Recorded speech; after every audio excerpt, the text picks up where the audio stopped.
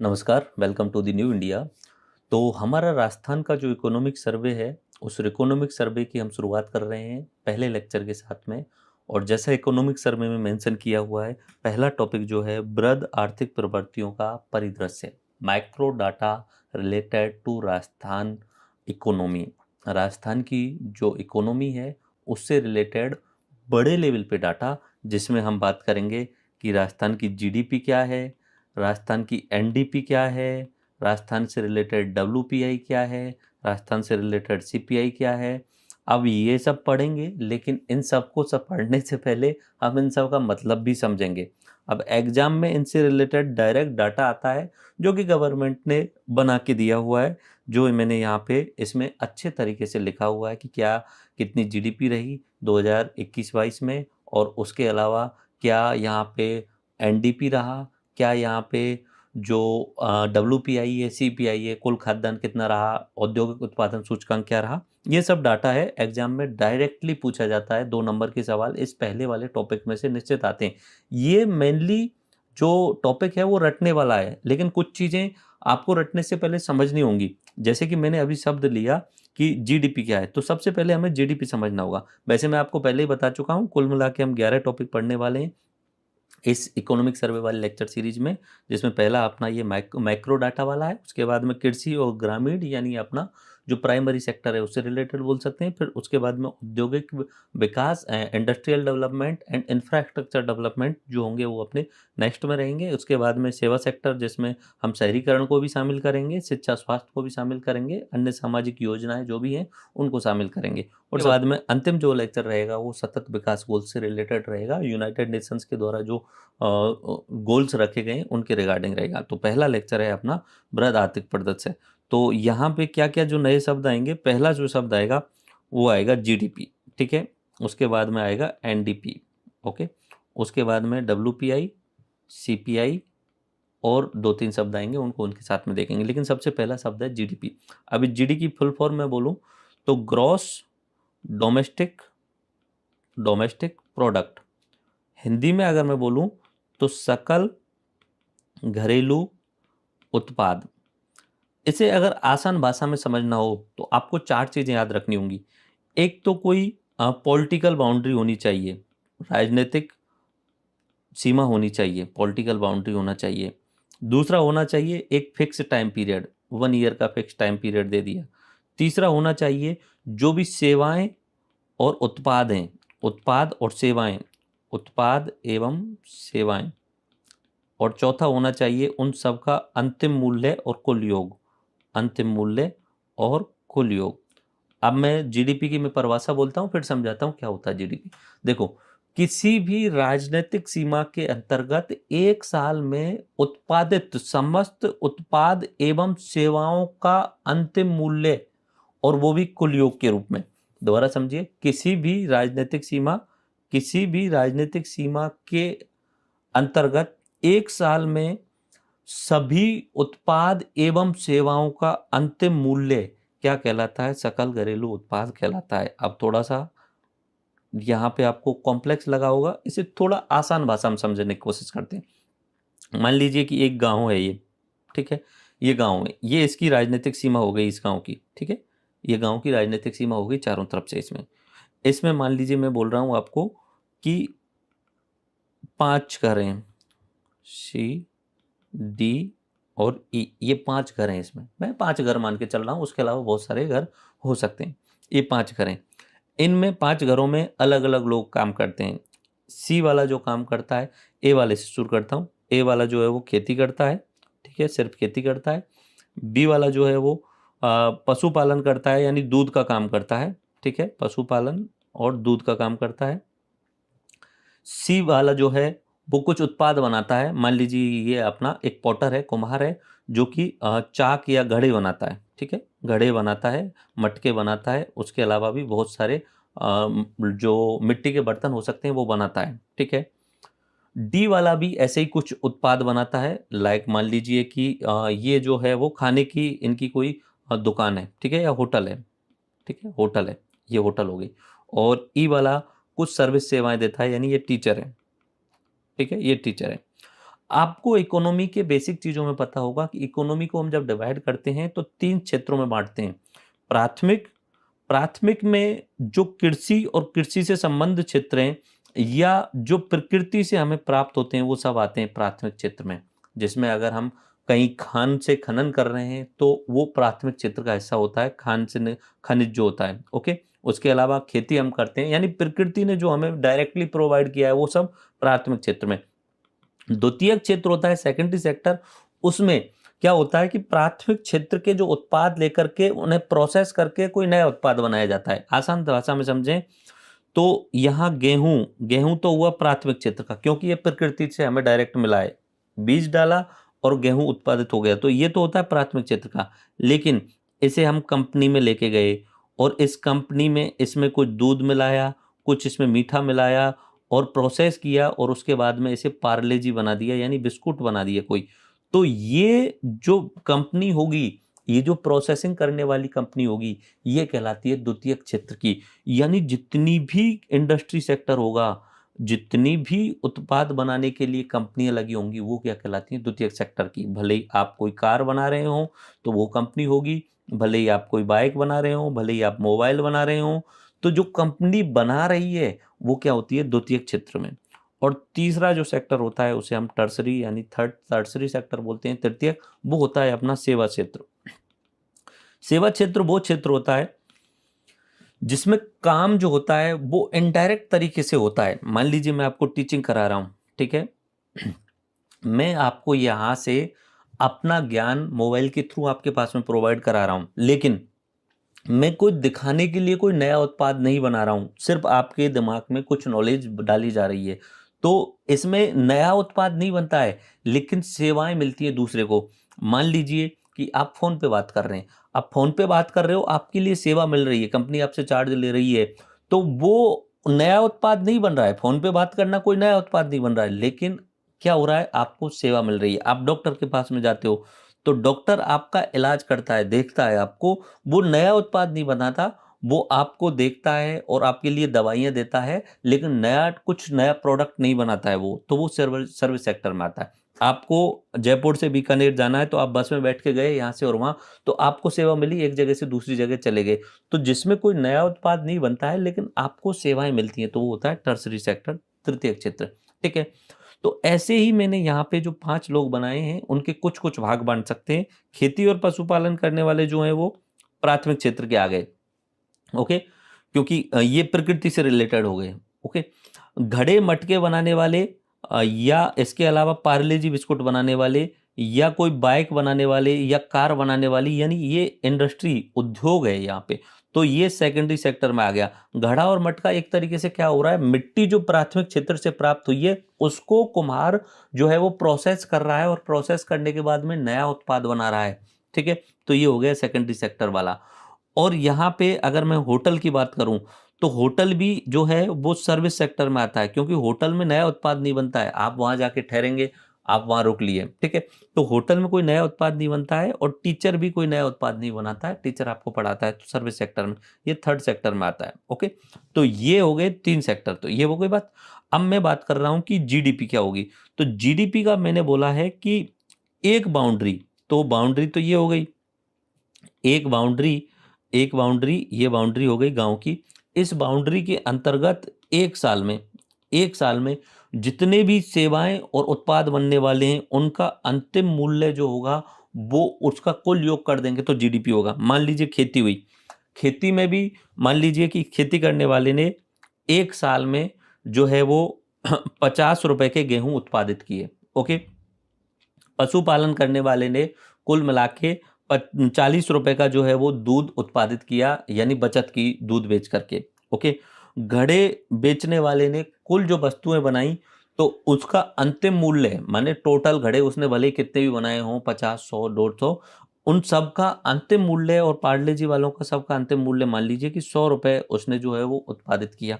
ऐसे ही होटल वाले के पास में सेवाएं अगर दे रहा है, सेवा के बदले में वो पैसे लेता है। तो अगर उसके होटल में आकर के साल भर में मान लीजिए 100 यात्री रुके, और मैं बिल्कुल नाममात्र तरीके से मान रहा हूं, तो 100 रुपए उसने पूरे साल भर में कमाए, ठीक है। सेवाओं का अंतिम मूल्य, उसके अलावा टीचर ने साल भर में बच्चों को पढ़ाया और 50 रुपए उसने कमाए। तो एक बाउंड्री, बाउंड्री कौन सी हो गई, ये गांव की बाउंड्री हो गई। इसमें जितने भी उत्पाद और सेवाएं हैं, यहाँ पे उत्पाद, यहाँ पे उत्पाद, यहाँ पे उत्पाद और यहाँ पे सेवाएं, इनका अंतिम मूल्य और उसका योग जीडीपी कहलाता है। अब अंतिम मूल्य तो मैंने यहाँ कर लिया अभी, ठीक है। अब इस अंतिम मूल्य का योग में कर देता हूँ, ठीक है। योग कैसे करेंगे, खेती वाले से कितने आए, 50 रुपए, ओके। दूध वाले से 40 रुपए, पूरे साल की बात कर रहा हूँ, एक साल की बात कर रहा हूँ। यहाँ पे घड़े या मटके वाले से 100 रुपए, उसके बाद में यहाँ पे होटल वाले ने कितने, 100 रुपए, और यहाँ टीचर ने 50 रुपए, ठीक है। तो इसका मैं योग कर देता हूँ, तो ये हुआ 300 और 340। यानी इस गांव की, जिसमें सिर्फ 5 लोगों का मैंने एग्जाम्पल बताया, पुराने टाइम का कोई गांव है जिसमें मतलब आज से 50-100 साल का, तभी इतनी कम इनकम बताई है मैंने। बाकी साल भर में तो यहाँ पे होटल वाला भी आराम से 3-4 लाख रुपए कमाएगा, टीचर भी 2-2.5 लाख रुपए कमाएगा। बट मैंने आसान शब्दों का यूज किया है ताकि आप समझ जाएं। तो इस गांव की एक साल में कुल जितने भी उत्पाद और सेवाएं हैं उनका अंतिम मूल्य निकालते हुए यहाँ पे कुल 340 रुपए जो है वो जीडीपी निकल के आती है, यानी ग्रॉस डोमेस्टिक प्रोडक्ट निकल के आता है इस गांव का। अब मैं इसी चीज को हटा के यहाँ से, इससे गांव से हटा के मैं इसे राजस्थान कर सकता हूँ, एक राज्य का कर सकता हूँ, ओके। और इसे मैं ऑल इंडिया का भी कर सकता हूँ, इंडिया की बाउंड्री के अंतर्गत भी अगर इसी तरीके से जो सभी उत्पाद और सेवाएं बन रहे हैं उनका अंतिम मूल्य। अब एक शब्द आया अंतिम मूल्य, ठीक है। इस अंतिम मूल्य शब्द को भी समझ लीजिए। अंतिम मूल्य का मतलब ये होता है, मान लीजिए कि हम पार्ले जी बिस्कुट बना रहे हैं, ओके। पार्ले जी बिस्कुट बनाने, अब पार्ले जी बिस्कुट बनाने के लिए हमें कुछ रॉ मटेरियल चाहिएगा, कुछ कच्चा माल चाहिएगा, जिसमें मान लीजिए कि हमने लिया, एक तो लिया गेहूं, ठीक है। गेहूं 10 रुपए का लिया, दूध लिया उन्होंने 5 रुपए का, और उन्होंने चीनी ली 5 रुपए की, ठीक है। ये उन्होंने लिया। उसके बाद में उन्होंने इसे प्रोसेस किया कंपनी के अंतर्गत, कंपनी में ये प्रोसेस करेंगे। कंपनी को इस तरीके से आप बना सकते हो कि कोई कंपनी है उसमें बहुत सारा जो है वो धुआं भी निकलता होगा, चिमनी भी होगी, इस तरीके से। तो कंपनी में उन्होंने प्रोसेस किया, और प्रोसेस करने के बाद में यहाँ पे उन्होंने एक पार्ले जी बिस्कुट का पूरा इतने सामान लेने के बाद में मान लीजिए कि 5 पार्ले जी बिस्कुट बना लिए, 5 नहीं 10 पार्ले जी बिस्कुट बना लीजिए, ओके। इतना सामान में उन्होंने 10 पार्ले जी बिस्कुट बना लिए, और इस 10 पार्ले जी के वो 5 रुपए के हिसाब से बेचेंगे तो 50 रुपए उसकी कीमत आ गई टोटल 10 पार्ले जी की। अब हम क्या करेंगे, अब हम अंतिम मूल्य की बात कर रहे हैं। जब जीडीपी संभाली जाए, जोड़ी जाए, तो हम उसमें गेहूं और पार्ले जी दोनों को शामिल नहीं करेंगे, क्योंकि हमने यहाँ गेहूं यहाँ पे शामिल किया है और पार्ले जी यहाँ पे शामिल किया, तो एक ही जगह पे अंतिम बार में शामिल करेंगे। यहाँ पे जो 20 रुपए हैं उनको शामिल नहीं करेंगे, क्योंकि हमने यहाँ नया उत्पाद बना दिया। ये नया उत्पाद बनाने के बाद में अंतिम मूल्य नया हो चुका है, तो यहाँ पे इस 50 रुपए को जीडीपी में शामिल करेंगे, इन 20 रुपए को शामिल नहीं करेंगे, क्योंकि इनको दोबारा से ऐड कर दिया गया है इसमें, ओके। ये दोबारा ऐड हो जाएंगी, अगर यहाँ पे भी 20 को भी शामिल कर लें और यहाँ पे भी शामिल हो रहा है, फिर वो नहीं, अंतिम मूल्य जो नया उत्पाद बना है उसका अंतिम मूल्य है, ओके। तो ये होता है अंतिम मूल्य। कोई वस्तु बनाई जा रही है तो पहली वाली वस्तु को छोड़ देंगे, क्योंकि वो पहले यूज होके फिर नया वस्तु बनाए, इसलिए अंतिम मूल्य का उन्होंने बोला है साल भर में। तो जीडीपी मेरे हिसाब से समझ में आ गई। जीडीपी जो होती है वो किसी भी एक बाउंड्री के अंतर्गत क्या होती है। मान लीजिए कि ये अपना राजस्थान है, ठीक है। ये राजस्थान की जीडीपी के, तो राजस्थान की जीडीपी, तो राजस्थान की बाउंड्री के अंतर्गत एक साल में, ओके। एक शब्द आता है GNP, gross national product. GNP का मतलब होता है, मैं इसे राजस्थान की जगह इंडिया का लेके चलता हूँ, कि मान लीजिए ये अपना इंडिया है, ओके। ये इंडिया की जीडीपी मैंने यहाँ पे बोल दी कि ये इंडिया की जीडीपी हमारी करीब करीब जो है वो वर्तमान में 2.62 ट्रिलियन डॉलर है। मैं अभी समझाता हूँ ट्रिलियन क्या होता है, ट्रिलियन, हाँ ठीक है। एक तो होती है जीडीपी की एक बाउंड्री के अंतर्गत, और एक होती है जीएनपी, ग्रॉस नेशनल प्रोडक्ट। अब नेशनल में क्या होगा कि जो भारतीय व्यक्ति है उसकी कमाई, अब भारतीय व्यक्ति कुछ अमेरिका में भी रह रहे हैं, कुछ इंग्लैंड में भी रह रहे हैं, कुछ यूरोप में रह रहे हैं, तो इन सब की जो कमाई होगी वो भले ही कहीं पे भी रह रहे हो तो वो जीएनपी में शामिल होगी। लेकिन जीडीपी में क्या होगा, मान लीजिए कि इंडिया के अंतर्गत यहाँ पे भारत की टाटा भी काम कर रही है, रिलायंस भी काम कर रही है, उसके अलावा चाइनीज कंपनी शाओमी काम कर रही है, उसके अलावा एलजी कंपनी भी काम कर रही है, हुंडई कंपनी, कोरियन कंपनी, जापानी कंपनी भी काम कर रही हैं। तो भारत की बाउंड्री के अंतर्गत अगर विदेशी कंपनियां भी काम कर रही हैं तो वो किस में शामिल हो जाएंगी, जीडीपी में शामिल हो जाएंगी। लेकिन जब जीएनपी की बात आएगी तब इसमें भारत में जो विदेशी कंपनियां हैं उनको शामिल नहीं करेंगे, ठीक है। और भारत के लोग भले ही कहीं के रह रहे होंगे तो वो जीएनपी में शामिल होंगे। यानी भारत का अगर कोई लोग बाहर रह रहा है तो उसे जीडीपी में, ग्रॉस डोमेस्टिक यानी बाउंड्री में शामिल नहीं करेंगे, उसे जीएनपी में शामिल करेंगे, नेशनल वाले में शामिल करेंगे। ओके, दो चीजें आ गई आपकी समझ में। जीडीपी, जीडीपी में क्या होगा, एक फिक्स बाउंड्री है, इस बाउंड्री के अंतर्गत जीएनपी यानी कोई भी भारतीय व्यक्ति है वो कहीं पे भी रह रहा हो विदेश में भी, तो उसका, तो उसमें क्या किया जाएगा कि जीडीपी में से विदेशी जो हैं भारत में रह करके कुछ उत्पाद बना रहे हैं उनको तो घटा देंगे, और भारत के बाहर जो रह करके कुछ कमा रहे हैं उसको जोड़ देंगे। ये तो हो जाएगा जीएनपी। और जीडीपी एक बाउंड्री के अंतर्गत, भले ही उसमें विदेशी भी रह रहे हों या इंडियन भी रह रहे हों, वो होता है। उसके बाद आता है NDP, net domestic product. Net domestic product, मान लीजिए कि अभी मैंने आपको बताया कि उस गांव की जो मैंने आपको वो निकाल के बताई थी 340 रुपए जीडीपी बताई थी। अब उसमें से क्या होता है कि उस मटके वाले के उसने मान लीजिए 100 मटके बनाए, उसमें से 10 मटके जो है वो फूट गए या खराब हो गए बनाते टाइम ही, ठीक है, या यूज करने से पहले ही वो टूट गए। तो कुछ चीजें जो होती हैं ना वो खराब हो जाती हैं, ठीक है, या दूध को जो है वो फैल गया, या उसके अलावा कुछ गेहूं जो है वो सड़ गए, तो वो होता है मूल्यह्रास। कुछ चीजें जो यूज करने से पहले ही वो जो है वो नष्ट हो चुकी हैं या खराब हो चुकी हैं, तो उसे बोला जाता है डेप्रिसिएशन। तो नेट का मतलब क्या होगा, शुद्ध। तो शुद्ध में क्या किया जाएगा, जीडीपी में से, जीडीपी में से मूल्यह्रास को यानी डेप्रिसिएशन को घटा दिया जाएगा, बस इतना है, ठीक है। चलो बेसिक चीजें समझ में आ गई। अब हम बात करते हैं क्या क्या डाटा है, एक दो चीजें और। एक होता है इनकम, इनकम होता है पर कैपिटा इनकम, पीसीआई बोलते हैं उसे। पर कैपिटा इनकम आसान सा है। पर कैपिटा इनकम का मतलब होता है कि कुल जीडीपी कितनी है और कुल लोग कितने हैं, ठीक है। पर कैपिटा इनकम निकल के आ जाएगी, कुल लोग। अब जैसे उस गांव के एग्जांपल से समझाऊं मैं आपको, 340 की जीडीपी थी और कुल 5 लोग थे, तो इसमें मैं भाग देके और जो है वो प्रति व्यक्ति आय निकाल सकता हूं, एवरेज कितना रहा होगा, इस तरीके से। ऑल इंडिया की जीडीपी जो है $3.62 ट्रिलियन, और उसके बाद में वो जो इंडिया की जो पॉपुलेशन है 135 करोड़, उसका भाग दे देंगे। तो अब मैं यहाँ पे निकालने की कोशिश करूँ तो ये निकल के आएगा अपना 6-8, इतना रुपए जो है वो पर कैपिटा इनकम निकल के आ जाएगा, प्रति व्यक्ति आय ये निकल के आ जाएगी। ओके, और एक होता है अपना प्राइस इंडेक्स, ठीक है। सीपीआई होता है कंज्यूमर प्राइस इंडेक्स, और डब्ल्यूपीआई होता है world price index. Price index का मतलब होता है कि महंगाई दर कितनी चल रही है, इसको अनुमान लगाने के लिए जो है वो ये दो प्राइस इंडेक्स बनाए जाते हैं।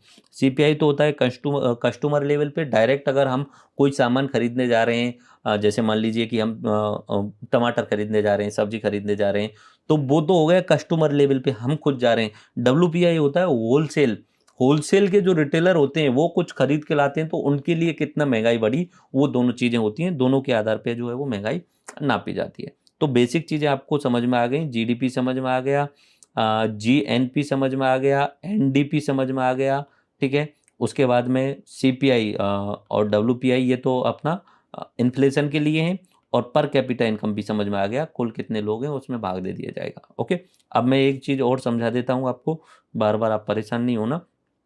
ट्रिलियन मैंने आपको बोला और डॉलर मैंने आपको बोला, ठीक है। अब देखो, ये डॉलर जो है वो इस तरीके का सिंबल होता है, ठीक है, आप देखते ही होंगे। ये यूएसए की जो है वो मुद्रा है, यूएसए की ये करेंसी है। ये भारत के लिए $1 की वैल्यू जो है वो कम ज़्यादा होती रहती है। नॉर्मली $1 जो है वो करीब करीब 75 रुपये, अभी वर्तमान में 75 और 80 के बीच में चल रहा है, तो ऊपर डेली अप डाउन होता रहता है। तो $1 भारत का 75 रुपये के बराबर में है। और ट्रिलियन का मतलब होता है, हम जैसे हम यूज करते हैं ना, तो हम क्या करते हैं कि 2 जीरो का यूज करते हैं नॉर्मली, 100, ठीक है, 100 के बाद में हम 1000 बनाते हैं, फिर उसके बाद में हम 10,000 बना लेते हैं, ठीक है, इस तरीके से होता है। उसके बाद में हम फिर 1 लाख बना लेते हैं, 1 जीरो पे ही हम बढ़ाते जाते हैं। उसके बाद में फिर हम जो है वो बढ़ा के 10 लाख पे कर लेते हैं, इस तरीके से होता है। लेकिन अंग्रेज जो हैं वो क्या करते हैं, 3 जीरो पे काम करते हैं नॉर्मली।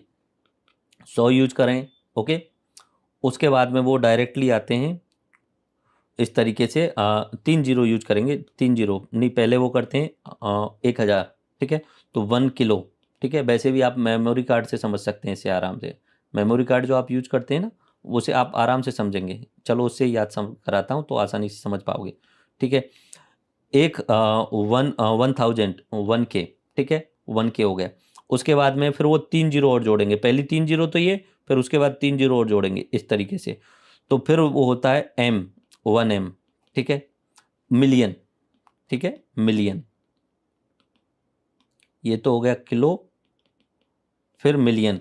अगर हम इसे हमारी हिंदी में देखें तो 10 लाख, अपने अपने भारतीय करेंसी के रूप में देखें तो 10 लाख। पहला हुआ 1K, दूसरा हुआ था 1M, और तीसरा जो आता है, फिर आप 3 जीरो और जोड़ने, 3, 1 2 3 और 1 2 3, ये 3 जीरो और जोड़ेंगे तो अब आता है 1G, ठीक है, इस तरीके से। ओके, एंड ये हमारा जो होता है वो 100 करोड़ के अलावा आसपास में होता है। इसे हम बिलियन बोल देते हैं, वहाँ की भाषा में बिलियन बोलते हैं, ठीक है, बिलियन, 1 बिलियन। तो ये हुआ अपना 100 करोड़, 1 बिलियन हुआ 100 करोड़ या 1 अरब, ठीक है। उसके बाद में जब अगला आता है तो 3 जीरो, 3 जीरो, फिर 3 जीरो और फिर 3 जीरो, तब ये होता है 1 ट्रिलियन। तो वहाँ जो है वेस्टर्न साइड में हम क्या करते हैं, 10 की घात 3 पे चलते हैं। शुरुआत में तो उनका के रहता है, ठीक है, उसके बाद या 1000 बोलते हैं उसे, ठीक है। उसके बाद में उनका 10 की घात 6 पे जो हो जाता है वो उनका अपना मिलियन हो जाता है, जो हमारे यहाँ 10 लाख के बराबर होता है।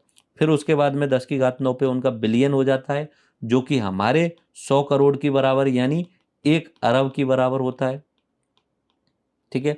उसके बाद में उनका 10 की घात 12 हो जाता है यानी ट्रिलियन, जो कि हमारे जो होंगे हमारे उनके तो होंगे 1000 करोड़ या 1 खरब, 10 खरब, 10 खरब के बराबर हो जाता है, इस तरीके से होता है, 10 खरब के बराबर हो जाएगा, तो ये होता है ट्रिलियन। तो ये थोड़ा सा आप समझ लेना इंडिया का और जो यूज करने का तरीका है और उधर का यूज। तो हम क्या है, विदेशों से तुलना करने के लिए डायरेक्टली ट्रिलियन में बात करते हैं, कि मान लीजिए अमेरिका की 100 ट्रिलियन डॉलर की जो है वो इकोनॉमी है, चाइना की मैं बोल दूं 15 ट्रिलियन डॉलर की इकोनॉमी है, हम भारत जो है वो करीब करीब 3 ट्रिलियन डॉलर पे है। तो हम डायरेक्टली अनुमान लगा सकते हैं कि हमारी जीडीपी जो है वो कितनी है। अनुमान लगा लीजिए कि भाई अब चाइना हमसे 5 गुना ज़्यादा है, अमेरिका हमसे 7 गुना ज़्यादा है जीडीपी के मामले में, ओके। तो ये हम डायरेक्टली उनके हिसाब से अनुमान लगा सकते हैं, ओके।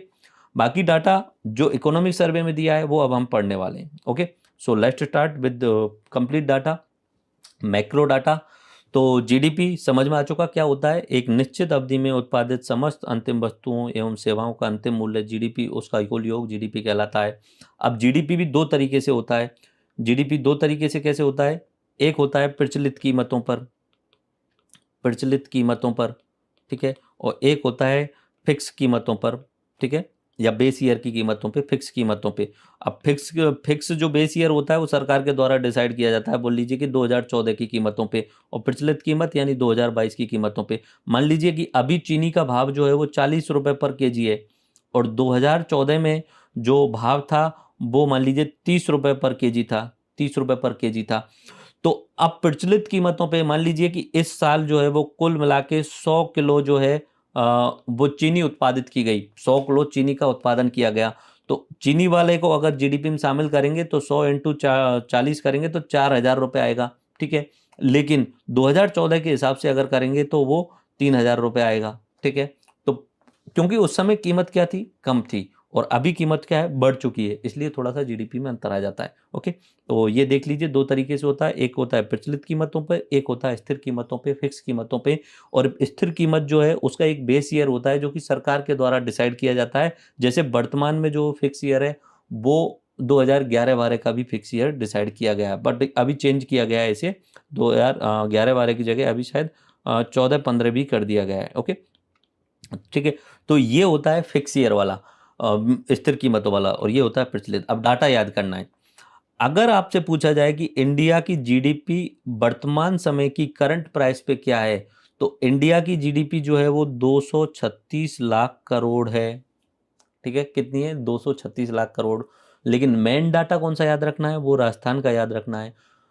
इकोनॉमिक सर्वे 2021-22 के अनुसार राजस्थान की जो जीडीपी है, स्टेट जीडीपी है, वो करीब करीब 12 लाख करोड़ है, 11.96 लाख करोड़ है, जिसमें पिछले साल की तुलना में 18% की वृद्धि हुई है। उससे पहले तो हम जो है 2020-21 में तो हमारी डाउन गई थी, क्योंकि लॉकडाउन लगा था, लॉकडाउन के कारण उत्पाद हो ही नहीं पाया था, सेवाएं मिल ही नहीं पाई थी, सारे सेक्टर ठप हो गए थे, तो उस समय तो जो है वो जीडीपी नेगेटिव में गई है। अब दोबारा से जो है वो जीडीपी एकदम ऊपर से बढ़ी है, तो एक तरीके से बी शेप कर्व हुआ कि मान लीजिए ये पहले जीरो रेखा, ठीक है, हमारी पहले जीडीपी इस तरीके से चल रही थी 6-7 के हिसाब से, उसके बाद में कभी कभी 8% जा रही थी, 9% जा रही थी, इस तरीके से जा रही थी। लेकिन जैसे ही लॉकडाउन लगा उसके बाद में क्या हुआ, बिल्कुल डाउन आ गई, नेगेटिव में चली गई, ये जीरो लाइन है, जीरो वाली लाइन है, नेगेटिव में आ गई। फिर अगली साल ही क्या किया हमने, ग्रोथ किया और ये पहुंच गई 18 वाले पे। क्योंकि यहाँ पे अगर हम पीछे चल जाते हैं और चीज़ें थोड़ी सी भी बढ़ती हैं तो भी परसेंटेज हमें ज़्यादा दिखता है। आसान भाषा में समझें कि मान लीजिए कि बिहार बिहार की हम जीडीपी बहुत ज़्यादा ग्रोथ बताते हैं। क्यों बताते हैं? क्योंकि बिहार के पास में अभी पैसा है ही नहीं, बहुत कम पैसा है। अब कम पैसे में कुछ पैसा ऐड करेंगे तो वो परसेंटेज जीडीपी ज़्यादा दिखता है। मतलब इसे ऐसे समझिए कि एक राज्य, दो राज्य का एग्जाम्पल से समझाता हूँ मैं आपको। एक है राजस्थान, अ, एक है महाराष्ट्र और एक है बिहार, ठीक है। बिहार की पहले से जीडीपी जो है वो 100 रुपये, ठीक है, 100 रुपये, और महाराष्ट्र की पहले से जीडीपी अधिक है, 1000 रुपये। अब मान लीजिए कि अगले साल में महाराष्ट्र ने कमाए 100 रुपये कमाए, ठीक है, और बिहार ने कमाए 80 रुपये, ठीक है। 80 रुपये तो बहुत ज़्यादा हो जाएंगे, जीडीपी ग्रोथ ज़्यादा दिख जाएगी। मान लीजिए बिहार ने कमाए ओनली एंड ओनली 30 रुपये, ठीक है। देखो, मात्रा में बिहार ने सिर्फ 30 कमाए और महाराष्ट्र ने 100 रुपये कमाए, लेकिन मैं अगर जीडीपी ग्रोथ निकालने जाऊंगा तो ये जो है वो आपकी टोटल नेक्स्ट ईयर हो गई 1100 अपॉन 1000 और इनटू 100 करेंगे तो इस तरीके से निकल के आ जाएगा कि 10% जो है वो इसकी एक्स्ट्रा जीडीपी रही, ठीक है। 10% उन्होंने ग्रोथ किया, 1000 की जगह वो 1100 पहुंच गए, तो उन्होंने 10% ग्रोथ किया। लेकिन बिहार पहुंच गया 130 पे 100 पे से, तो बिहार ने 30% का ग्रोथ किया। अब ग्रोथ रेट ज़्यादा दिख रही है क्योंकि उसका पहले से ही डाटा कम है। ऐसे ही यहाँ पे नेगेटिव में जाने के बाद में अगर थोड़ा बहुत भी हम बढ़ते हैं तो वो बहुत बड़ी डाटा दिखता है। तो हमारे राजस्थान ने जो है वो 18% की जो है वो 2021-22 के डाटा के अनुसार ग्रोथ किया है। और एक डाटा और आपको याद करना पड़ेगा, ऑल इंडिया की जो जीडीपी है यानी 236 लाख करोड़ है, उसमें हमारे राजस्थान का कितना हिस्सा आता है, 11.96 लाख करोड़। उसे परसेंटेज वाइज देखें तो 5.15%, ये आपको याद करना होगा। तो एक डाटा तो आपको ये याद हो गया, ठीक है। दोबारा से रिवाइज करा देता हूँ। प्रचलित कीमतों पे आपको डाटा याद रखना होगा। प्रचलित कीमतों पे जो है वो राजस्थान का 11.96 लाख करोड़ है और उसमें 18% की ग्रोथ हुई है पिछले साल की तुलना में। स्थिर कीमतों पे अगर देखा जाए तो राजस्थान का डाटा है 7.33 लाख करोड़, जिसमें 11% की ग्रोथ हुई है। तो ये दो डाटा आपको रटे होने चाहिए, ओके। ये मैंने आपको जीडीपी मैंने बता ही दिया है। शुद्ध का मैंने आपको बताया था कि नेट में क्या होता है, नेट में हम क्या करते हैं, डेप्रिसिएशन यानी मूल्यह्रास को घटा देते हैं। घटाएंगे तो थोड़ा पहले की तुलना में कम होगा। तो प्रचलित कीमतों पे वहाँ पे मैंने बताया था 11.96, लेकिन यहाँ अगर हम डेप्रिसिएशन को घटा देते हैं तो 10.79 लाख करोड़। अब ये डाटा ना आपको रटना है, काम आएगा आपको, ठीक है। उसके बाद में स्थिर कीमतों पे हम देखें तो 6.48 लाख करोड़, ये डाटा आपको रटा होना चाहिए। ज़्यादा तो नहीं मैं बोल रहा हूँ, कुछ चीज़ें जो मैं गोला करूँगा, एक तो ये वाली जो डाटा है, एक ये वाली जो डाटा है वो आपको रटी होनी चाहिए। यही चीज़ मैंने यहाँ पे लिखी हुई है दोबारा से, ठीक है। स्टेट जीडीपी की बात करें, राजस्थान की जीडीपी दोबारा से लिखा हुआ है मैंने वही चीज़ें। देश की कुल जीडीपी का 5.15% है। स्थिर कीमतों पे और प्रचलित कीमत बात है, प्रचलित कीमतों पे है 11.96 लाख करोड़, जो कि पिछले साल की तुलना में 18% की वृद्धि दिखाता है। अगर सेक्टर वाइज बात करें तो प्रचलित कीमतों पे प्राथमिक सेक्टर 30% है, द्वितीयक सेक्टर 24% है और टर्सरी सेक्टर 45% है। क्षेत्र मैंने अभी बता दिए, प्राथमिक में जो कृषि से संबंधित या प्रकृति से संबंधित होते हैं, द्वितीयक में इंडस्ट्री और इंफ्रास्ट्रक्चर आता है और तृतीयक में सेवाएं आती हैं। तो 30, 24 और 45 का ये रेशियो आपको याद होना चाहिए। प्रचलित कीमतों पे 11.96 लाख करोड़ रटा होना चाहिए। प्रचलित पे 11.96 लाख करोड़ और बेस ईयर के आधार पे फिक्स कीमत पे 7.33 लाख करोड़। प्रचलित में वृद्धि कितनी हुई? 18% की, और अपना फिक्स कीमत पे 11% की वृद्धि हुई। ये वाला आपको सेक्टर भी रटा होना चाहिए कि 30 प्राथमिक का, 24 सेकेंडरी का और 45 टर्सरी का, इस तरीके से रटा होना चाहिए। प्रचलित कीमतों पे अगर पर कैपिटा इनकम की बात करूं, प्रति व्यक्ति आय की बात करूं, तो हमारे राजस्थान में 1.45 लाख पर कैपिटा इनकम होती है, प्रति व्यक्ति आय होती है, जो पिछली साल की तुलना में वृद्धि है, ग्रोथ हुई है, 16% की ग्रोथ हुई है। और भारत के पर कैपिटा इनकम की मैं बात करूं, पर कैपिटा इनकम भारत का, तो भारत का पर कैपिटा इनकम 1.5 लाख रुपए प्रति व्यक्ति आय है। ओके, उसके बाद में शुद्ध यानी नेट, जिसमें डेप्रिसिएशन घटा दिया जाता है, तो नेट वाली जो है वो प्रचलित कीमतों पे 10.78 लाख है। ठीक है, और डायरेक्ट अगर पूछ लिया जाए, राजस्थान का जीडीपी प्रचलित कीमतों पे 11.96 लाख, स्थिर कीमतों पे 7.33 लाख। स्थिर कीमतों पे पर कैपिटा इनकम जो है वो 81,000 है। ओके, स्थिर कीमतों पे जो नेट राज्य का सकल घरेलू उत्पाद है वो 6.48 है। सेक्टर वाइज देखना चाहें तो देख लें, बट ये वाला तो रट ही लेना आप।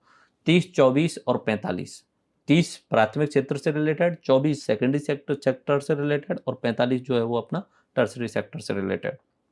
अब और कुछ डाटा है वो देख लीजिए, वो याद करना है आपको। सकल स्थायी पूंजी निर्माण में इस बार उन्होंने जो है वो स्पेशल डाटा नहीं दिया है, तो ये मैंने पिछला वाला ही डाटा डाल दिया है। उसमें 2.76 लाख करोड़ रुपए का सकल जो है वो स्थायी पूंजी का निर्माण किया गया, कैपिटल फॉर्मेशन किया गया है, जो कि 28% है स्टेट जीडीपी का। थोड़ा सा ये डाटा रटने का है, पूछ लिया जाए कि सकल स्थायी पूंजी निर्माण कितना हुआ है, तो 2.76 लाख करोड़ पिछला डाटा डाला हुआ है मैंने, क्यों नए वाले इकोनॉमिक सर्वे में दिया नहीं है। आपको मैं दिखा देता हूँ, ये रहा। इसमें आप देखिए, सकल स्थायी पूंजी निर्माण प्रचलित कीमतों पे ये 2020 में 2.76 लाख करोड़ दिया था, जो कि ऑल स्टेट जीडीपी का 28% है, लेकिन इस बार वाला खाली छोड़ा हुआ है उन्होंने। अब नहीं है तो वो पिछला वाला याद रख लेंगे, 2.76 लाख करोड़ वाला। बाकी ये बढ़ चुका होगा क्योंकि इस बार जो है थोड़ी बहुत उन्नति हुई होगी। Okay, but original economic survey में नहीं दिया है, तो मैंने वहाँ पे नया कुछ उसमें अपडेट नहीं किया है। कुल खाद्यान्न उत्पादन 2021-22 में, कुल पिछले साल में जो भी उत्पादन हुआ, तो वो 225 लाख मैट्रिक टन हुआ, जो पिछले साल की तुलना में 2% अधिक है। औद्योगिक उत्पादन सूचकांक, इंडस्ट्रियल जो इंडेक्स ऑफ इंडस्ट्रियल प्रोडक्शन जो है वो 131 है। इसका आधार वर्ष जो है वो 2011-12 है, जो 2011-12 को 100 मान के चलते हैं, तो आज के समय पे 131 हो चुका है। ठीक है, तो ये थोड़ा सा याद रखना होगा। उसके अलावा थोक मूल्य सूचकांक, होलसेल प्राइस जो है वो 369 रहा। ठीक है, जिसमें 9% की ग्रोथ रही। तो इस थोक मूल्य सूचकांक का आधार वर्ष जो है वो 1999 और 2000 का है। ओके, एक तरीके से ये इन्फ्लेशन यानी मुद्रास्फीति या महंगाई का जो है वो इंडिकेटर है। ये कौन जारी करता है? डब्ल्यूपीआई, ये राजस्थान सरकार आर्थिक एवं सांख्यिकी निदेशालय हर मंथ जारी करता है होलसेल प्राइस। ठीक है, होलसेल प्राइस, होलसेल का मतलब आप जानते हो, जो रिटेलर होते हैं जो होलसेल पे लेके आते हैं, डी मार्ट वगैरह या बड़े बड़े रिटेलर, वो बड़ी एक साथ में बहुत सारा सामान लेते हैं, तो उनको थोड़ा बहुत सस्ता भी मिलता है।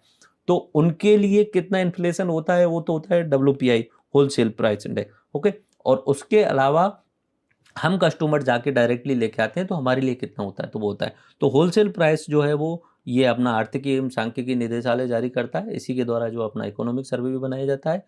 और ये आधार वर्ष होता है 1999 और 2000 का। और वर्तमान में जो इकोनॉमिक सर्वे दिया है उसके अनुसार से होलसेल प्राइस जो इंडेक्स है वो 369 है। और इसमें 154 वस्तुओं को शामिल करके होलसेल प्राइस बनाया जाता है, यानी प्राथमिक सेक्टर की 75 वस्तुएं, सेकेंडरी सेक्टर के जो हैं वो उत्पाद हैं 69, और ईंधन से रिलेटेड जो है वो 10 उत्पाद हैं। ठीक है, सेवाएं उसमें शामिल नहीं हो पाती हैं क्योंकि डब्ल्यूपीआई में सेवाएं शामिल नहीं होती, वस्तुओं से रिलेटेड होता है ये। ओके, तो ये है प्राथमिक सेक्टर की 75 है, और उसके अलावा उत्पाद हैं 69, और उसके अलावा 10 ईंधन से रिलेटेड हैं। ओके, प्राथमिक सेक्टर में मतलब एक तरीके से कि भाई गेहूं वगैरह डायरेक्टली या कोई दाल वगैरह आ रही है, तो वो प्राथमिक सेक्टर वाली।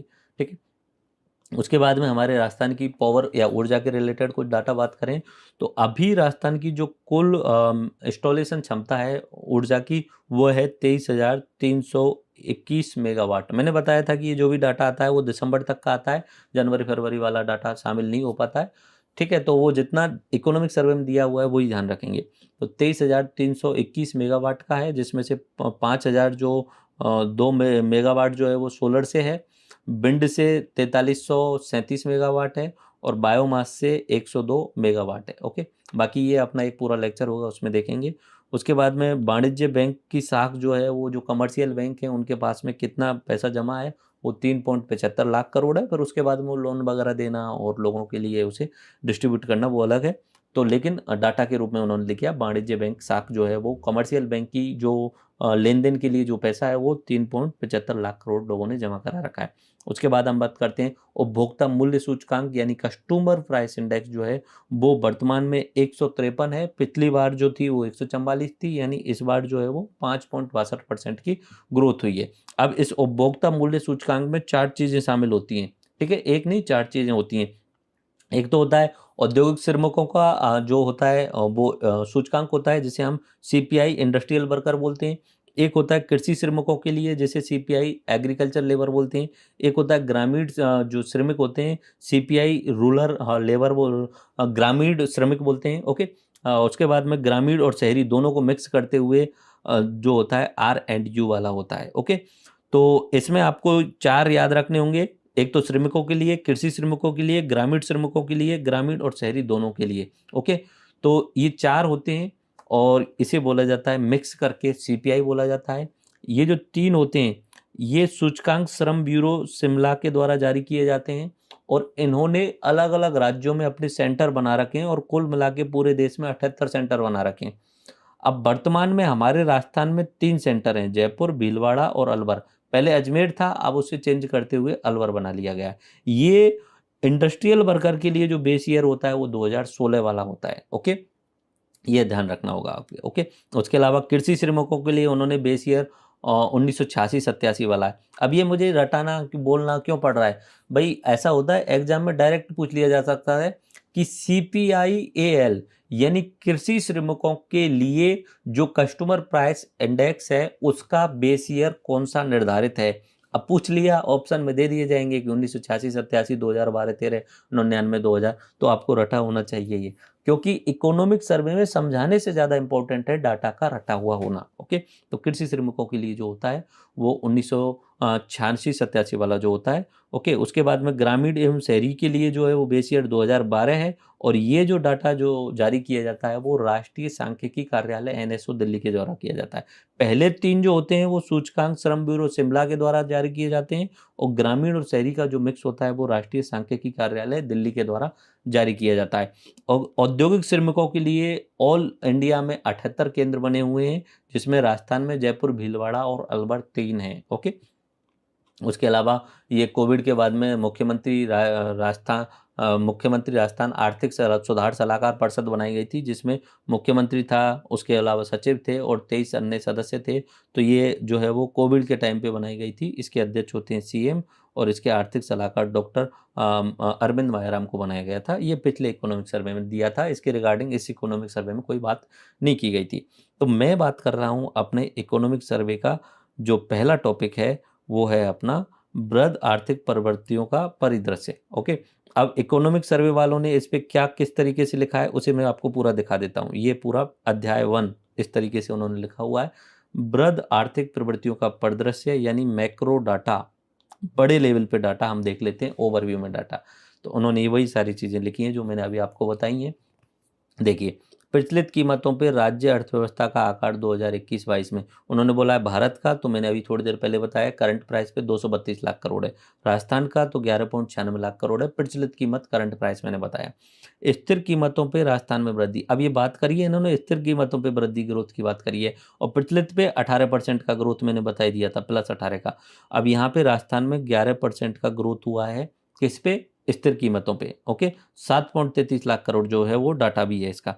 प्रचलित कीमतों पे प्रति व्यक्ति आय भारत की है 1.5 लाख और हमारे राजस्थान की है 135 करोड़ की। ठीक है, अब इन्होंने एक साथ में यहाँ पे तो कंपैरिजन नहीं किया हुआ है, ओवरव्यू में इतना बताया। प्रचलित कीमतों पे अगर हम सेक्टर वाइज डिवाइड करें तो इंडिया का अगर बात करें तो 18, 28 और 53 आता है, राजस्थान की 30, 24 और 45 आता है। ठीक है, तो ये प्रचलित कीमतों वाला डाटा आपको याद रखना है। अब यहाँ जो लिखा है मैं उसे पढ़ के बताता हूँ, वैसे समझाने का कुछ है नहीं, 1 मिनट में पढ़ता हूँ। कोविड-19 महामारी के प्रकोप के कारण वैश्विक रूप से आर्थिक विकास को भारी झटका लगा था, ये आप सबको पता है। लगातार 2 वर्षों तक पूर्ण लॉकडाउन जो है वो लागू किए गए। इन लॉकडाउन से न केवल लाखों नागरिकों के घरों तक सीमित कर दिया गया, बल्कि बहुत सारी आर्थिक गतिविधियां काफ़ी हद तक बंद हो गई। वर्ष 2021 में राज्य की आय को काफ़ी नुकसान हुआ, लेकिन सरकार की नीतियों और उसके प्रयासों से राज्य की अर्थव्यवस्था में सुधार हुआ, क्योंकि सरकार की यहाँ पे उन्होंने बढ़ाई करनी ही है, क्योंकि इकोनॉमिक सर्वे सरकार के लोग ही डिसाइड करते हैं। कृषि और संबद्ध सेवाओं के बाद में विनिर्माण क्षेत्र, कृषि और संबद्ध सेवाएं यानी प्राथमिक क्षेत्र पर, विनिर्माण क्षेत्र यानी सेकेंडरी क्षेत्र राज्य की अर्थव्यवस्था को बढ़ावा देने के लिए दूसरा प्रमुख प्रेरक क्षेत्र रहा। 2021-22 में अखिल भारतीय स्तर पर 9% की तुलना में जो ग्रोथ हुई थी, क्योंकि यहाँ लिखा हुआ है उन्होंने अखिल भारतीय स्तर पर स्थिर कीमतों पे 9% ग्रोथ हुई है और राजस्थान में 11% उन्होंने, ठीक है। तो यहाँ पे राजस्थान वाला डाटा अलग आगे है। तो उन्होंने बोला कि इंडिया लेवल पे तो 9% ग्रोथ हो रही है और राजस्थान में जो ग्रोथ हो रही है वो 11% हो रही है। ओके, बृहद आर्थिक समूह, ठीक है, ये उन्होंने बोला है। फिर उसके बाद में राज्य घरेलू उत्पाद अनुमान राज्य में उत्पादित समस्त सेवाओं को मूल्य को प्रदर्शित करता है, यानी जीडीपी क्या होता है, राज्य की अर्थव्यवस्था के विकास को मापने के लिए प्रयुक्त किया जाता है। अभी मैंने थोड़ी देर पहले बताया किसी देश की जीडीपी से हमें पता चल जाता है वो देश कितना अमीर है। मैंने बताया था कि अमेरिका $20 ट्रिलियन, चीन $15 ट्रिलियन और इंडिया करीब करीब 3 ट्रिलियन, वैसे कम है 3 ट्रिलियन से, 2.70 या 2.65 के आसपास में है, बट 3 ट्रिलियन बोल भी देता हूँ मैं। तो आप अनुमान लगा लीजिए कौन देश कितना अमीर है, इससे पता चल जाता है कितना विकसित है। ओके, ये अनुमान राज्य में किए गए नीतिगत निर्णयों बढ़ाई कर रहे हैं उसमें कि इस तरीके से हमने मेहनत करी है और ये सब हुआ है। राजस्थान राज्य घरेलू उत्पाद अनुमान प्रचलित एवं स्थिर दोनों कीमतों पर तैयार किए जाते हैं, मैंने बात कर ली। राज्य घरेलू उत्पाद अनुमान अर्थव्यवस्था के सभी क्षेत्रों के लिए सकल एवं शुद्ध दोनों आधार पर तैयार किए जाते हैं। सकल में तो मैंने क्लियर बता दिया था, शुद्ध में हम क्या करते हैं, डेप्रिसिएशन यानी मूल्यह्रास को घटा देते हैं। सकल अनुमानों में स्थायी पूंजी निर्माण का उपभोग जो कि उत्पादन की प्रक्रिया में प्रयुक्त होता है घटाया नहीं जाता है, जबकि शुद्ध अनुमानों के लिए सकल मूल्यों के समंकों में स्थायी पूंजी का उपयोग सीएपी को घटाया जाता है, यानी डेप्रिसिएशन वगैरह को भी घटा लिया जाता है, ठीक है। तो ये बात तो मैंने ओवरव्यू में यहाँ बता दी जो उन्होंने इकोनॉमिक सर्वे में लिखा है। उसके बाद उन्होंने कुछ ग्राफ दिए, वो जो ग्राफ मैंने अभी आपको एक्सप्लेन किए वही ग्राफ यहाँ पे उन्होंने ये ग्राफ दिए, क्रम संख्या विवरण और साल दिए, इकाई यानी कैसा है, और यहाँ पे साल दिए 17-18 में क्या था, 18-19 में क्या था, 20-21 में क्या था, ये उन्होंने दिया है। तो उन्होंने बोला है सकल राज्य घरेलू उत्पाद स्टेट जीडीपी, ठीक है। तो स्थिर कीमतों पे क्या है, अब 21-22 की बात करेंगे। स्थिर कीमतों पे 7.33 है, और फिर उसके बाद में बोला है उन्होंने प्रचलित कीमतों पे है 11.96। मैंने 2-3 बार बता दिया ये डाटा। पिछले साल का ये था, तो पिछले साल से यहाँ पे तो 11% ग्रोथ हुई है, और प्रचलित वालों पे 11% हुई है, और जो अपनी प्रचलित वालों पे हुई है 18% की करंट पे, और स्थिर कीमतों पे 11% की ग्रोथ हुई है। फिर उन्होंने बोला है सकल राज्य घरेलू उत्पाद में वृद्धि दर, ठीक है। तो ये 11% और 18% अभी जस्ट बताया, करंट पे 18% ग्रोथ हुई है, और प्रचलित में अपनी बेस ईयर वाले पे 11% हुई है। उसके बाद में इन्होंने सेक्टर वाइज बोला है, तो सेक्टर वाइज में आप जो है वो करंट वाला आप याद रखना, सकल राज्य मूल्य वर्धन, स्थिर स्थिर वाला तो आप नहीं याद रखना, बट बुनियादी मूल्यों पे यानी प्रचलित कीमतों पे तो 30-24-45 याद रख लेना, 30-24 और 45 ये डाटा याद रखना। ओके, शुद्ध राज्य घरेलू उत्पाद अभी थोड़ी देर पहले बताया, शुद्ध में जो है वो हम डेप्रिसिएशन घटा देते हैं, तो स्थिर पे 6.48 लाख करोड़ और प्रचलित पे है 10.78 लाख करोड़। ओके, प्रति व्यक्ति आय अगर बात करें तो स्थिर पे है 81,000 और प्रचलित पे है 135,000 यानी 1.35 लाख। उसके बाद में सकल स्थायी पूंजी निर्माण ये 2020-21 का ही दिया है 2.76 लाख करोड़, यानी स्टेट जीडीपी का 28% होता है, बट उसके अलावा यहाँ का इस बार का डाटा उन्होंने नहीं दिया है। कृषि उत्पादन सूचकांक का यहाँ पे खाली छोड़ा हुआ है उन्होंने। कुल खाद्यान्न उत्पादन ये अपना 225 जो है वो मेट्रिक टन है, बाकी ये पिछले साल की तुलना में थोड़ा सा कम है, बट ये पूरा डाटा भी नहीं, फाइनल डाटा भी नहीं है, बट आप ये ध्यान रख लेना कि कुल खाद्यान्न उत्पादन जो हुआ है वो 225 लाख मेट्रिक टन हुआ है। ओके, 225 लाख मेट्रिक टन हुआ है, याद रख लेना ये। ओके, कैसे भी करके याद रखना। कोरोना वाले टाइम पे जो है वो बारिश अच्छी हुई थी, इसलिए उस समय अच्छा जो है वो उत्पादन हुआ था, लेकिन इस बार कम है, पहले की तुलना में डाउन हुआ है। औद्योगिक उत्पादन सूचकांक यानी क्या है, IIP index of industrial production, ये 131 है, पिछली साल जो था वो 2020-21 में था 122 और 2021-22 में है अपना 131, थोड़ा सा याद रखना है। थोक मूल्य सूचकांक WPI, ठीक है, WPI का आधार वर्ष है अपना 1999-2000 का, तो WPI कितना है अपना 369, और पिछले साल की तुलना में ये 9% बढ़ा है। पिछले साल 337 था, तो 369 आपको याद होना चाहिए। कुल ऊर्जा क्षमता जो है वो अपनी यहाँ पे है 23,321 मेगावाट की। और वाणिज्यिक बैंकों के पास में कितना पैसा है, ये सितंबर तक का डाटा है, बट जो भी है 3.75 लाख करोड़ है। ओके, अब सारांश में वही जो लिखा हुआ है वो चीज़, अर्थव्यवस्था का आकार प्रचलित मूल्यों पे भारत की है, वही सब चीज़ें उन्होंने बार बार रिपीट करी हैं, मैंने वो डाला हुआ है। भारत की 232 लाख करोड़ है, राजस्थान की 11.96 लाख करोड़ है। ओके, और कुल भारत की जीडीपी में राजस्थान का योगदान 5.15 रटा होना चाहिए हर कंडीशन में। ओके, जीडीपी में विकास दर तो अपने इसे हम स्थिर कीमतों पे याद रखते हैं तो 11% है और भारत की 9% है। और मैं प्रचलित कीमतों पर बात करूं तो 18% है राजस्थान की, बट आप स्थिर कीमतों वाली ये याद रखना है। ओके, प्रति व्यक्ति आय इंडिया का 150 यानी 1.5 यानी 1.5 लाख रुपए प्रति व्यक्ति आय, और राजस्थान की 1.35 लाख। साक्षरता दर भारत की 73% है, राजस्थान की 66% है। जन्म दर 1000 पे अपने पूरे भारत में जो है वो 19 है और राजस्थान में 23 है। ओके, कार्यभागीदारी दर जो है वो भारत में 39 है और राजस्थान में 43 है।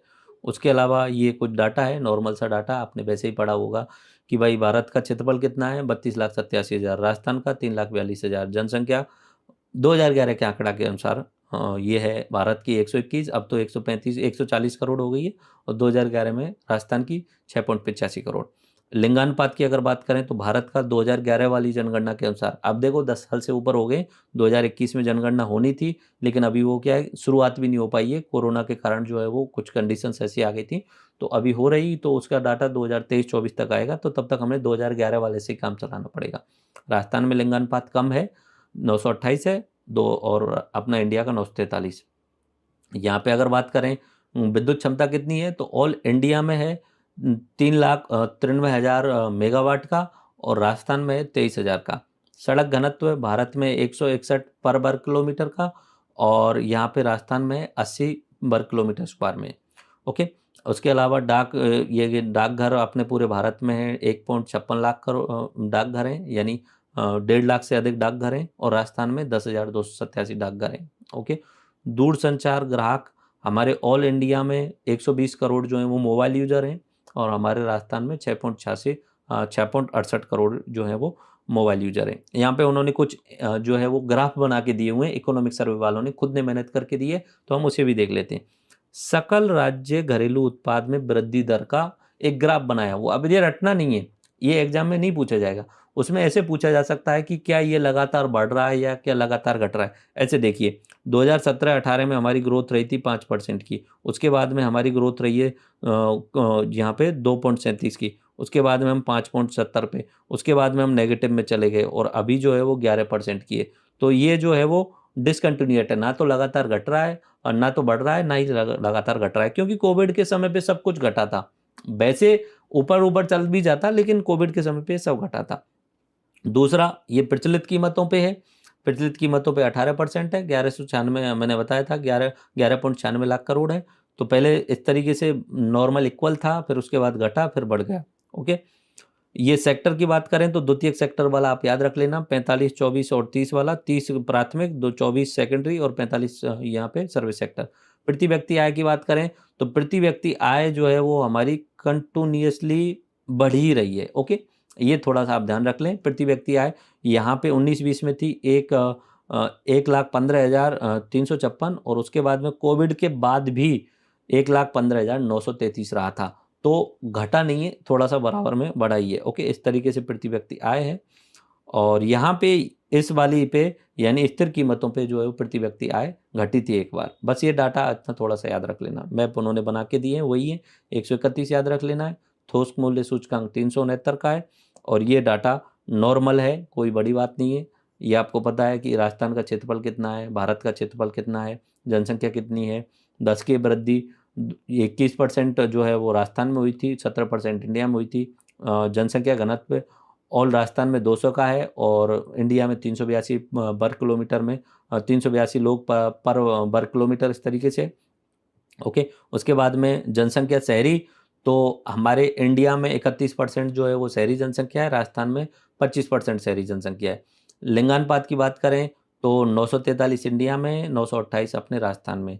अनुसूचित जनजाति की बात करें यानी एसटी की बात करें तो ऑल इंडिया में 8% है, राजस्थान में 13%, 13.5% जो है वो एसटी है।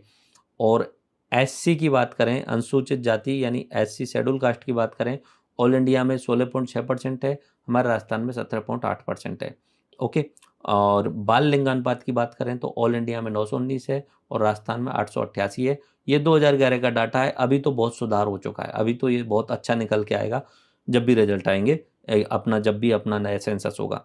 साक्षरता दर ऑल इंडिया की 73 है, राजस्थान की जो है वो 66 है। उसके बाद में पुरुषों की अगर साक्षरता दर बात करें, ये तो ओवरऑल हो गई, अगर सिर्फ पुरुषों की बात करें तो ऑल इंडिया में 81% जो पुरुष हैं वो पढ़े लिखे हैं और राजस्थान में भी बराबर में 79.2 है।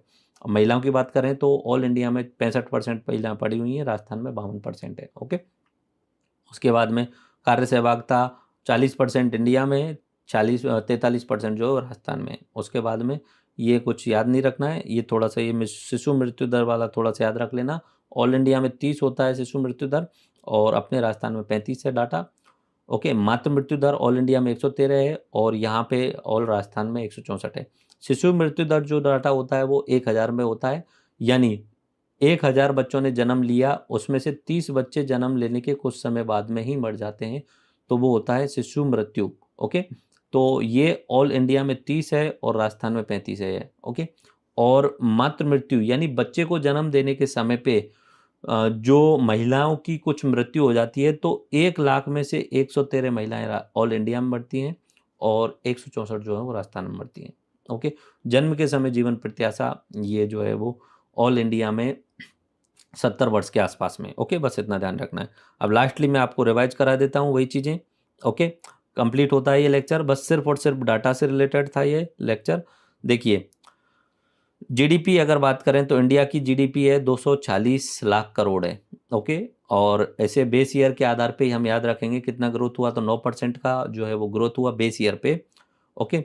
और राजस्थान की जीडीपी की बात करें तो बेस ईयर पे तो ये 3.33 लाख और करंट पे है ये 11.96 लाख। तो 11.96 आपको रटी होनी चाहिए, जो कि इंडिया का 5% है। ग्रोथ आपको बेस ईयर वाला ही रट लेना, 11% वाला। ओके।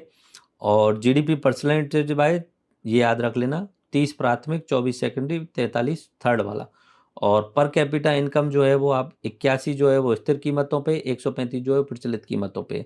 और इंडिया का अगर याद रखें तो प्रचलित वाला 150,000 के याद रख लेना, यानी 1.5 लाख पर व्यक्ति है। सकल राज्य घरेलू उत्पाद स्थिर कीमतों पे 3.33 है। ये अभी जो स्टेट जीडीपी है और 11.96 है। ओके। WPI 369 है, इन्फ्लेशन इंडिकेटर है, 154 वस्तुएं आर्थिक एवं सांख्यिकी निदेशालय जयपुर जारी करता है। ये वाला मैंने आपको 3-4 बार बताई दिया है। ये कुछ डाटा वही चीज़ जो मैंने आपको बताई थी वो सेम टू सेम यहाँ पे लिखी हुई है। ओके। तो इस तरीके से अपना पहला लेक्चर कंप्लीट होता है। मैंने इन चीज़ों को मैं बार बार इसलिए रिपीट कर रहा हूँ कि ये चीज़ें लेक्चर के साथ याद हो जाएं। जो समझाने की है वो तो आप समझ चुके हो, आसानी से समझ चुके हो, उसमें कोई इश्यू नहीं है। लेकिन जो रटने का है वो रिपीट जितना करोगे उतना ही याद होगा, यानी ये वाला मैप जितना आप रिपीट कर लोगे उतना ही याद होगा। ठीक है। स्टेट जीडीपी अपना एक होता है स्थिर कीमतों पे, एक होता है प्रचलित कीमतों पे। अगर हम बात करें देश का कुल कितना परसेंट है, तो कुल देश की जीडीपी का 5.15% हमारे राजस्थान के पास में, प्रचलित कीमतों पे 11.96 है, स्थिर कीमतों पे 7.33 लाख करोड़ है। ओके। अब वृद्धि की बात करें तो ये बेस वाला ही याद रख लेना कि 11% का ग्रोथ हुआ पिछले साल की तुलना में। प्रचलित में अगर बात करें तो 18% का ग्रोथ हुआ। ओके। पर कैपिटा इनकम की बात करें तो 1.35 लाख करोड़ है। ओके। उस 1.35 लाख जो है वो प्रति व्यक्ति आय है। 1.35 लाख करोड़ नहीं, 1.35 लाख प्रति व्यक्ति आय। ओके। उसके बाद में शुद्ध राज्य जिसमें हम मूल्यह्रास को घटा देते हैं तो वो होता है 10.78। सेक्टर वाइज अगर बात करें तो 30, 24 और 45। बस इतना सा डाटा याद रख लेना, और तो कोई दिक्कत है नहीं। डाटा तो याद करना पड़ेगा, सीधी सी बात है। 2 सवाल डायरेक्ट डाटा से आते हैं, उससे पूछ लिया जाएगा कि बताइए 2021-22 इकोनॉमिक सर्वे के अनुसार राजस्थान की जो जीडीपी ग्रोथ है वो कितनी रही। बेस ईयर में पूछा जाएगा तो 11%, और अगर करंट प्राइस पे यानी प्रचलित कीमतों पूछा जाएगा तो 18%। पर कैपिटा इनकम पूछ लिया जाए आपसे प्रचलित कीमतों पे तो 135,000 प्रति व्यक्ति आए। और अगर आपसे स्थिर कीमतों में पूछ लिया जाए तो 21,000 प्रति व्यक्ति आए, 81,000 प्रति व्यक्ति आए। शुद्ध राज्य सकल घरेलू उत्पाद पूछ लिया जाए तो ओवरऑल 6.48 लाख करोड़ ये स्थिर कीमतों पे हुआ और 10.78 लाख करोड़ जो हुआ प्रचलित कीमतों पे हुआ। और सेक्टर वाइज अगर आपसे पूछ लिया जाए कि द्वितीय सेक्टर कितना है तो 24% है, प्राथमिक सेक्टर कितना है तो 30% है और तृतीय सेक्टर कितना है तो 45% है। तो इस तरीके से हमारा मैक्रो डाटा कंप्लीट होता है। आर्थिक प्रवृत्तियों का बृहद परिदृश्य कंप्लीट होता है। नेक्स्ट चैप्टर में जो है वो हम कृषि से रिलेटेड डाटा पे बात करेंगे। उसके बाद में ग्रामीण, तो वो इसी तरीके से चलेगा, प्राथमिक क्षेत्र वाले कृषि और ग्रामीण रहेंगे। उसके बाद में फिर आएंगे अपने सेकेंडरी सेक्टर में जिसमें उद्योग की बात है और इंफ्रास्ट्रक्चर की बात है। फिर उसके बाद में अपना आएगा सेवा क्षेत्र जिसमें हम शहरी विकास की बात करेंगे। फिर उसके बाद में प्रमुख योजनाओं की बात करेंगे और लास्ट में अपना जो लेक्चर रहेगा वो सतत विकास गोल्स वाला रहेगा। ओके, तो ये अपना सीक्वेंस रहेगा और मैं उम्मीद करता हूँ कि मैं जो पढ़ाऊंगा उसमें आपको सारी चीज़ें याद भी हो जाएंगी, रट भी जाएंगी, समझ भी आ जाएंगी। और शायद इसलिए क्योंकि मैं सब कुछ कवर कर रहा हूँ, मैं पूरा इकोनॉमिक सर्वे को लेकर उसका निचोड़ बना रहा हूँ। तो कोई भी सवाल जो है वो उससे बाहर नहीं जाएगा। तो आपके प्री एग्जाम में 12 से 15 सवाल जो बनेंगे वो इसी में से निकल जाएंगे इस लेक्चर सीरीज में। और उसके अलावा मेंस में 40 नंबर तक के सवाल जो है इसी में निकल जाएंगे। उसके अलावा योजनाओं का इस इकोनॉमिक सर्वे के साथ में तो होंगी, उसके अलावा एक अलग से वीडियो बनेगी और राजस्थान के बजट की एक अलग से वीडियो बनेगी। धन्यवाद, मिलते हैं नेक्स्ट लेक्चर में। Thank you all.